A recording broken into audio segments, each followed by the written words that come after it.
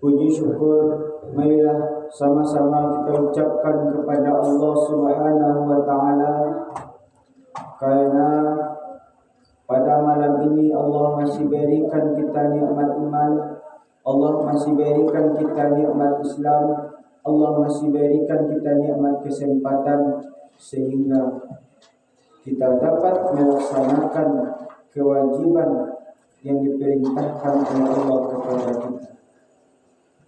Salawat dan salam kita mohonkan kepada Allah Subhanahu wa taala agar selalu disampaikan kepada suri tauladan umat, yakni Nabi besar Muhammad sallallahu alaihi wasallam, berlafaz Allahumma salli ala sayyidina Muhammad wa ala ali sayyidina Muhammad. Baiklah bapak-bapak dan ibu-ibu, kaum muslimin dan kaum muslimat yang dimuliakan oleh Allah, untuk sama-sama kita ketahui bahwa judul tausiah kita pada kesempatan ini yaitu mengingat kematian. Bapak-bapak, ibu-ibu, kaum muslimin dan kaum muslimat yang dimuliakan oleh Allah, kalau kita pikir-pikir bapak dan ibu, hidup di atas dunia kok amatlah sangat singkat. 9 bulan kita dalam kandungan, kemudian kita dilahirkan, anak-anak terus tumbuh jadi remaja, kemudian dewasa, berumah tangga, punya anak, punya istri, lalu kita meninggal dunia. Bahkan tidak sampai kita tua sudah ada yang meninggal dunia. Allah Subhanahu wa taala menyampaikan di dalam firman-Nya, kullu nafsin dha'iqatul maut, tiap-tiap yang bernyawa pasti akan merasakan kematian. Jadi bapak dan ibu, kematian kok tidak ada kita yang tahu kapan kita akan meninggal. Ibu boleh tahu bila ibu akan meninggal dunia, Bu? Bapak boleh tahu, Pak? Itu semua adalah rahasia Allah. Kita hanya saja menunggu giliran tersebut. Bisa jadi saya duluan, ibu kemudian. Bisa jadi ibu duluan, ambil kemudian. Itu tergantung kepada kehendak Allah nantinya. Oleh karena itu, sebelum ajal kita tiba, maka di bulan Ramadan kau perlu kita untuk mempersiapkan bekal untuk menghadap Allah nantinya. Coba kita bayangkan sejenak bapak dan ibu, saudara kita, tetangga kita, sanak famili kita, dulu mereka masih bersama kita, masih bercanda dengan kita, masih sholat berjamaah bersama kita, namun sekarang mereka tidak ada lagi bersama kita, mereka tidak bertemu lagi dengan kita, mereka sudah dipanggil oleh Allah Subhanahu wa taala. Alhamdulillah, kita tahun ini masih dipertemukan oleh Allah dengan bulan Ramadan Bapak dan Ibu. Bisa jadi ke Ramadan terakhir bagi kita. Tidak ada jaminan bahwa kita akan bertemu dengan Ramadan tahun depan. Karena kita tidak tahu kapan ajal kita. Kita hanya saja menunggu giliran kapan kita dipanggil oleh Allah Subhanahu wa taala.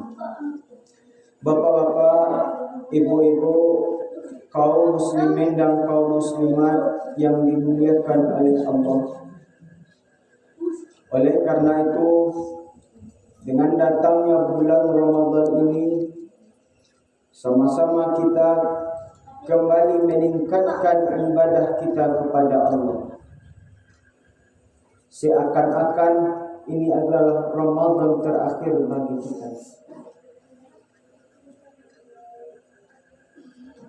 Kita perbanyak membaca Al-Quran, memperbanyak solat-solat sunnah, memperbanyak infak sedekah, memperbanyak zikir kepada Allah dan lain sebagainya. Jangan nanti setelah kita meninggal dunia barulah datang penyesalan kita. Yang Allah telah menggambarkan penyesalan orang yang tidak membawa bekal menghadap Allah. Telah Allah jelaskan dalam ayat Al-Quran surah As-Sajdah ayat 12. Kata Allah, A'udzu billahi minasyaitonir rajim. Bismillahirrahmanirrahim. Rabbana absarna wa sami'na farjana na'mal salihan inna muqinun. Ya Allah, ya Tuhan kami adalah mencari, kami adalah mendengar. Tolong balikan kami ke dunia. Namun di saat itu ibu tidak dapat serang bangkanya batung di badan kabarku, tidak dapat sekanda hati kanda Allah menolongku. Maka tidak ada lagi kalau kita sudah masuk ke liang lahat, sudah masuk ke dalam kubur, tidak ada lagi gunanya tangisan, tidak ada lagi gunanya penyesalan karena kita sudah terlambat. Bapak-bapak, ibu-ibu, kaum muslimin dan kaum muslimat yang dimuliakan oleh Allah. Ada sebuah kisah yang dijelaskan atau yang diceritakan di dalam kitab Daqaiqul Akbar. Ada suatu riwayat bahwa ketika malaikat maut itu mencabut nyawa orang yang beriman,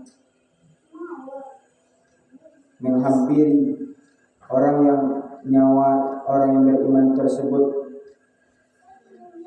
maka nyawa orang yang beriman tersebut berkata, siapakah engkau? Lalu malaikat itu berkata, saya adalah malaikat maut. Saya ingin mencabut nyawa engkau. Lalu kenapa engkau ingin mencabutnya? Yang menjadikan aku adalah Tuhanku, yang meniupkan ruh ke dalam jasadku adalah Tuhanku. Dan sekarang mengapa engkau ingin mencabutnya? Apa urusannya dengan engkau? Maka kebingunganlah malaikat maut tersebut hingga kembali kepada Allah. Sehingga Allah bertanya kepada malaikat maut tersebut, wahai malaikat maut, sudahkah engkau mencabut nyawa hamba-Ku tersebut?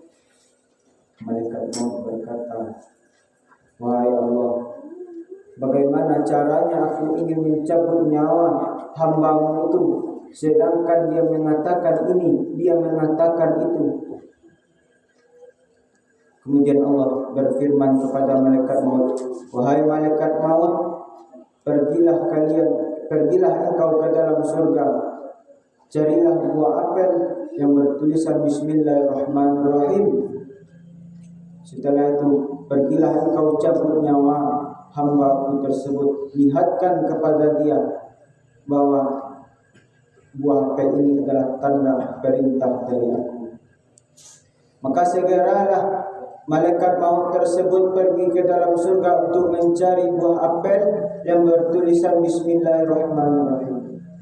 Setelah mengambil buah apel, kemudian malaikat maut tersebut kembali kepada orang yang beriman tersebut yang nyawanya mau diambil tersebut. Setelah itu, wahai hamba Allah, lihatlah buah apel ini.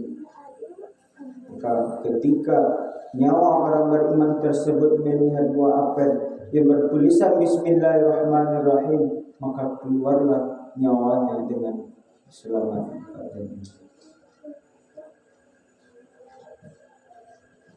Bapak-bapak, ibu-ibu, kaum muslimin dan kaum muslimat hamba Allah yang dimuliakan oleh Allah Subhanahu wa taala. Dari kisah tersebut dapat kita simpulkan bahwa kalau kita orang yang beriman, orang yang taat, orang yang patuh kepada Allah, insya Allah ketika nyawa kita dicabut oleh malaikat mudah keluarnya. Malaikat yang mencabut nyawa kita sama Bapak dan Ibu. Malaikat yang mencabut nyawa orang kafir sama dengan mencabut nyawa kita. Tapi bedanya, kalau nyawa orang yang tidak beriman, maka malaikatnya bersifat dengan keras Bapak dan Ibu. Sehingga para ulama menjelaskan bahwa sakitnya sakaratul maut ketika nyawa dikeluarkan dari jasad tersebut, sebagian ulama berpendapat bahwa seperti kail pancing yang disangkutkan, yang dikailkan pada kulit kita kemudian ditarik. Sebagian ulama juga mengatakan seperti kulit yang disait-sait dengan pisau kemudian kita teteskan air jeruk. Sebagian ulama juga mengatakan seperti kambing yang dikuliti hidup-hidup. Na'udzubillah tsumma na'udzubillah. Oleh karena itu Bapak dan Ibu, dengan datangnya bulan Ramadan ini, sama-sama kita koreksi diri kita. Sudahkah kita siap untuk menghadap Allah? Sudahkah kita mempersiapkan bekal untuk menghadap Allah nantinya? Itu kita tanyakan kepada diri kita masing-masing. Tidak ada jaminan bahwa kita akan bertemu dengan Ramadan tahun depan Bapak dan Ibu. Karena itu laksanakanlah perintah Allah, berbuat baiklah kita di bulan Ramadan ini. Sebentar lagi Ramadan akan pergi meninggalkan kita. Kurang lebih 15 hari lagi Ramadan akan pergi meninggalkan kita. 11 bulan dia akan pergi meninggalkan kita. Jangan setelah Ramadan ini, sebelum kita Ramadan, kita selalu lalai kepada Allah. Kan tetapi setelah datangnya bulan Ramadan ini adalah perubahan kita yang lain. Jangan seperti baru baca minggu, Bapak. Tahu Ibu baru baca minggu? Tahu baru baca minggu itu. Coba Bapak dan Ibu kita agihkan kabar itu camin pastinya baca minggu.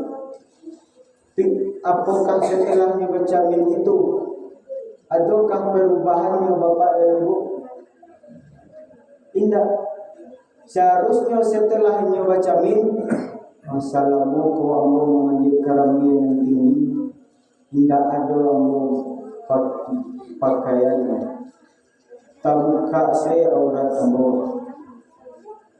Kalau baru itu berpikir Bapak dan Ibu, panggilannya ke tukang jahit untuk membuat baju itu, untuk menutup aurat, untuk memanjatkan dia. Tapi apakah ada baru terpikir bentuk itu, Bu? Tidak. Oleh karena itu, kalau setelah datangnya bulan Ramadan itu tidak ada perubahan kita dengan tahun-tahun sebelumnya, berarti kita tidak ibaratkan baru baca minggu pagi. Oleh karena itu, dengan Ramadan ini gunakanlah kesempatan berbuat baik, berbuat taat, berbuat patuh kepada Allah. Jangan sekali-kali kita melaksanakan larangan Allah. Jangan sekali-kali kita melaksanakan kemaksiatan di bulan Ramadan ini. Mudah-mudahan dengan tausiah yang singkat ini dapat menjadi renungan bagi kita dan bisa kita amalkan dalam kehidupan kita sehari-hari. Amin amin ya rabbal alamin. Baiklah Bapak dan Ibu, mungkin sekian tausiah yang dapat saya sampaikan, dan terlebih dan terkurang saya mohon maaf. Terima kasih atas segala perhatian. Mohon maaf seluruh kekhilafan dan kesalahan.